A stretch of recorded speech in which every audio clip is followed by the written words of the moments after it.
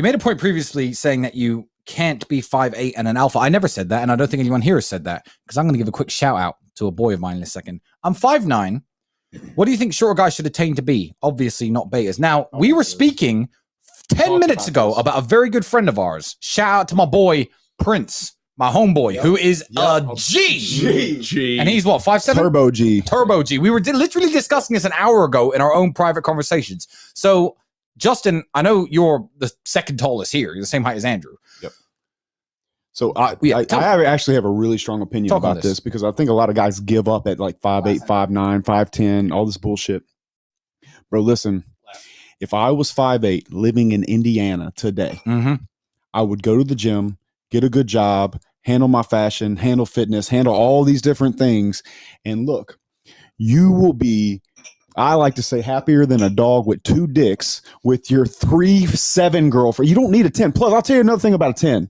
There's shit to be around. They're hard work. You could have 3 10s and 3 7s in Indiana and probably be just as happy or if not more happy than if you had 3 10s. And 3 7s is 21 anyway, so that's better than most dudes with a 10. Yeah, with your King Ranch Ford. Quit fucking crying. Do it, bro. Because most any men would take 3 girls that were amazing to them, want to be around them all the time.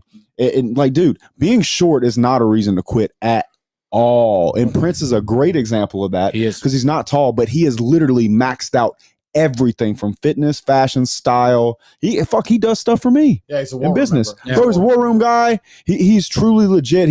He's a shining example of the short guy that's a pussy. He is screaming "fuck you" by his actions. Yep. But he is not crying about it. Yeah, correctly. But another way to view the world, it's just a wrong way to view the world.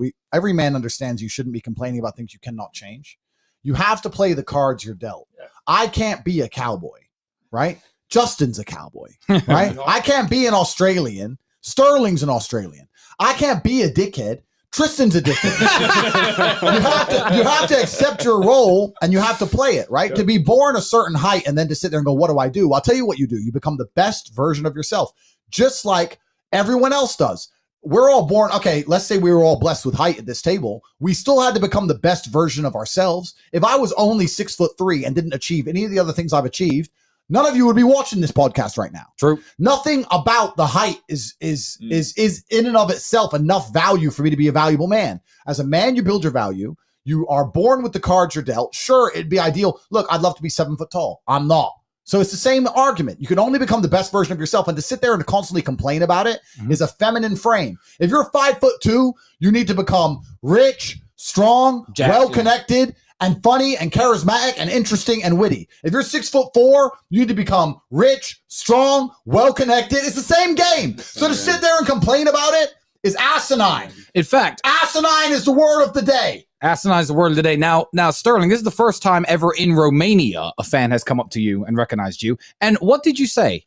A guy, after he left, a guy came up and spoke to you today, and this is on the height issue and maximizing your stats. Well, as soon as he left, you said about the fact that he's handsome and tall and all these things. He was a good looking dude, handsome, tall, full head of hair, but he was, if I'm being honest, scrawny, bad fashion, bad haircut. He had, you said it, God's given him all these tools, advantages, and he hasn't taken advantage of them. He's folding on a handful of aces. He's got 4 aces, he's folding them. Yeah. But all of you, listen, ladies and gentlemen, and this is extremely important, all of you have a handful of aces. I don't think you understand that bacteria could have stolen your eyesight at the age of fucking 3. You could have been in a car crash at 4 years old and lost your legs. You have any understanding of how lucky you have been. This is pure luck. There's only luck has kept you fully able-bodied, sitting there, capable of learning and listening and becoming something. And then you're going to sit there and pretend you don't have a pocket full of aces? You have a pocket full of aces along with everybody else. Every single person here is about to tell you a story of hardship. I would actually guarantee that most of the people watching this podcast had a better start than most of us. 100%. And here we are. So you have this whole frame I don't like. It's a question I get a lot. What do I do if I'm not rich? What do I do if I'm not tall? What do I do if I'm not handsome? I'm uninterested. We're not females. If you come to me and say, I'm an ugly chick, what do I do? That's a genuine question because then you're fucked, right? But if you're an ugly man, that's not real because you can become scary. You don't need to be good looking. You can be scary as hell. You can just be a monster. That's fine. You don't have to be handsome if you're scary, right? You don't really need to be that tall if you're important and rich. And when you walk in the room, you think when fucking Mayweather walks in the room, people give a shit? It's Mayweather. Yeah, he's 5'3" or something, isn't he? He's tiny. He's tiny. Yeah, people shut the fuck up. That's right. So this whole narrative, this whole frame, the fact you even ask that question shows that you're fundamentally broken. So fix that. Fix that frame in your mind. You are viewing yourself as a short man. Stop it. Because then she's going to view you as a short man. Walk the fuck up and be the man. That's the answer to the question. There's no other answer to give you. You can't change it. That's the answer.